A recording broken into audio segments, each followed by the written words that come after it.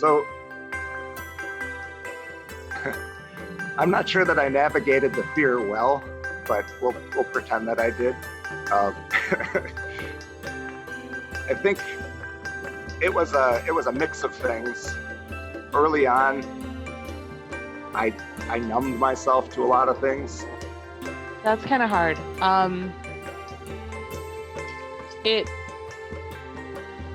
Initially we were doing a lot of doom scrolling and we had to have discussions, like my partner and I had discussions about how the doom scrolling was negatively affecting us and we needed to stop that for one, or limit it. My faith, I prayed about it. I was in my word.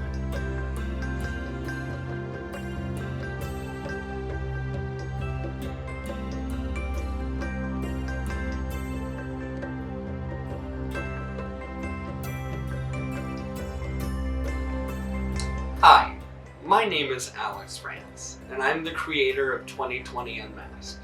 Thanks for watching. Like you, towards the end of 2020, I realized what a traumatic year it had been. I am also a storyteller, and I believe in the healing power of stories. So I set out to collect the stories of 2020, the good, the bad, the painful, and the enlightening. This is the result. These are real people, and these are their stories.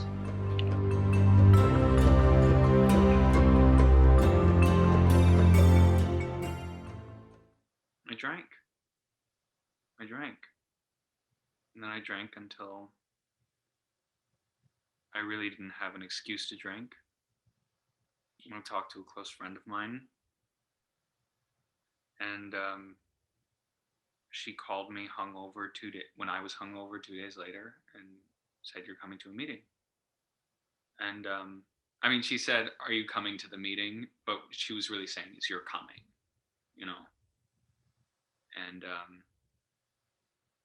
And then that helped me. Meetings helped me deal with it. I don't know that I've ever really been afraid of it. I mean, I've been in healthcare for forever. So, and I have this really, I don't work directly like in an emergency department with active COVID patients.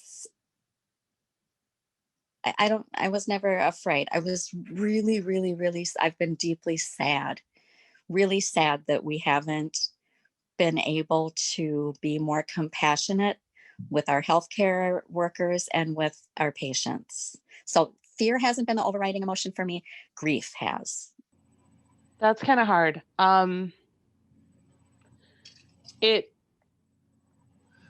Initially we were doing a lot of doom scrolling and we had to have discussions, like my partner and I had discussions about how the doom scrolling was negatively affecting us and we needed to stop that for one, or limit it.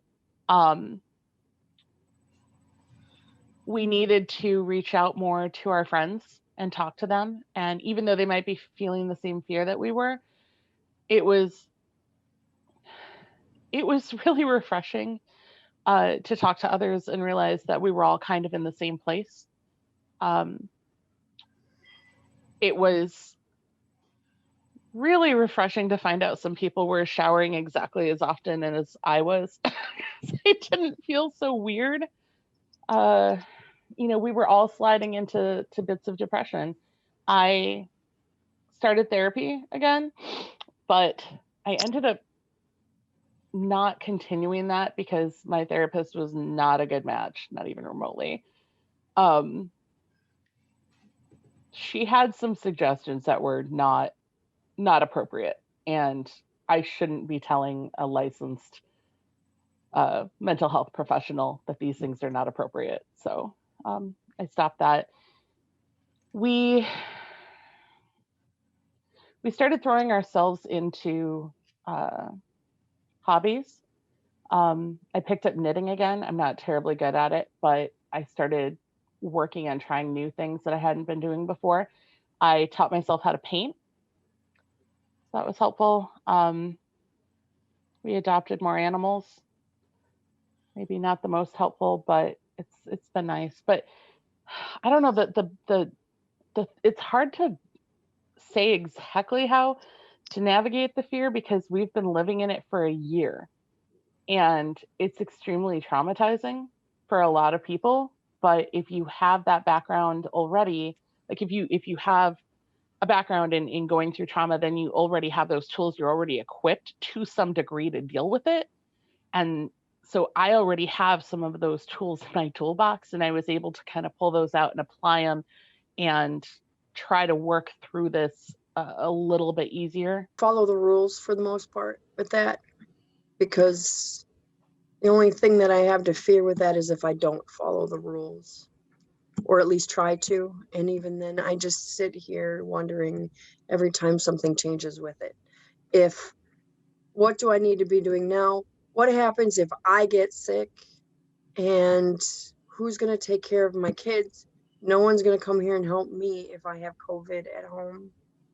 Then my kids get sick. What happens? My thing is, if one of my kids get really sick, because kids do get sick, how do I decide which child I'm going to stay home with and which child I would, if they don't let you see your kid in the hospital, which child do I choose the most care needs for? What do I do? Because I don't want my child to be left alone in the hospital, or I don't want to have to be sick. I'm afraid that if I get a little cough or dry throat or anything, it feels like, oh my God, COVID, is this happening? I have to monitor every single thing that I feel different about my body, and I have to worry about who's going to take care of my kids. Again, that's very interesting. I think I had this brain fog. I don't know if that's common. I think it was really helpful. I was not able, just based on my line of work, to sit and watch the news and watch things happen. So I was really interviewing people who were going through it themselves, some of the first cases, and hearing the fear in those people's voices. I had one lady, it was a 2-month-old baby, and she was speaking Spanish, so we had to use a translator. And she asked, is my baby gonna die? And we tried to respond, and we told the translator what to say, but I remember the translator came across as very gruff. And, I think what helped me face any fears was that I was really a tool to help others who were going through far worse circumstances. I interviewed a gentleman, and he had been diagnosed with COVID. This is probably like March or April. Again, one of the first cases. And he answered the phone, and we were asking, we have a set interview guide of what are your symptoms? Do you have any underlying conditions? Then the protocol is to put them under quarantine or isolation if they're positive. So as I was going through the questions, he stopped me and immediately said, I need help here. And I said, wait, what do you mean? And I had asked him about context, who does he live with? And he said, I have 3 babies here. He had some toddlers, and his wife was pregnant, and she was in the ICU. And so he basically said, I need help taking care of these kids. I'm sick. I have all the symptoms that I can barely get out of bed. I have all the symptoms, and I have these kids to take care of, and they're also sick, and they're also running around and driving me crazy. And I just remember that one because soon after I interviewed him, and of course he was being monitored by other staff, his pregnant wife ended up passing away, and the baby was also lost. My biggest fear is I have a 9-year-old daughter, a 13-year-old son, and a 21-year-old daughter, and my wife, of course. My biggest fear is them getting the disease or the virus, and trying to keep them as safe as possible is my number one rule of life, I guess. Right now, we're constantly washing our hands and wearing our masks, and I try to keep them in the house as much as I can. as difficult as that is at their age. And my daughter works in the restaurant business also, so I'm really nervous about that. But just constantly reminding them that, this is a very serious situation. I talked with people about it a lot. It got really repetitive after a while, but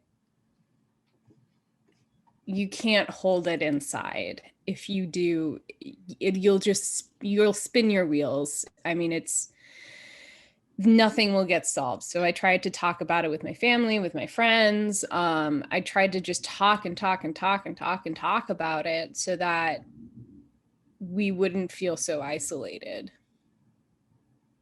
and so alone in our fears.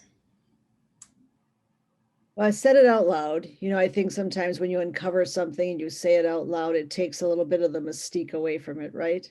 And we learned this a long time ago, you and I, Alex. Feelings are just feelings, right? They're just there. They're not actions. So we talk a lot about taking one day at a time. What have we got today? How are we doing today? Who can we help? Who can we listen to? So even with a restriction of meeting with people, our actions have been more intentional. Who do we call? Who do we write? Who do we respect in their opinion? Going to see them, not going to see them, wearing a mask when you're there together. Our holidays were less getting together, and that was an adjustment. So I guess facing it, facing the fear is the biggest deal. Taking the next step and then trusting God with it. He's sovereign. He knows. He's in control of it all. And that's where we put our bottom line. My faith. I prayed about it. I was in my word. Very cool. Days like this will gonna come. So, what can you do? So I'm not sure that I navigated the fear well, but we'll pretend that I did. I think it was a mix of things. Early on, I numbed myself to a lot of things, and so early on, I don't know that I navigated fear well. I was definitely feeling it, and I more or less had numbed myself the first couple of weeks, and I think a lot of us did, where you would just, you'd go stock up on beer, or you grab a Jack Daniels or whatever. I was getting to be pretty good at mixing different concoctions, and then whether it be watching Netflix or just popping in old DVDs you have laying around the house, or I could easily lose myself in writing and in creating places that I wasn't physically at the moment. So I think I was good at numbing myself to 2020 and my fears of 2020. I don't think I got really good at navigating it. I can't claim that I'm really good at navigating it now, but I think I've gotten better with it, just in learning more about the virus, and learning what the risks are, and just learning how to function in a slowly reopening world and society. Also just just gratitude for days and weeks that your loved ones as well as yourself stayed healthy. And I also went to, like I said, going into quiet places of solitude, whether that be a hike in the woods or a walk along the beach, and just in prayer and reflection of everything is happening in the here and now. We don't know why, but there's a reason why yourself and myself are alive at this moment.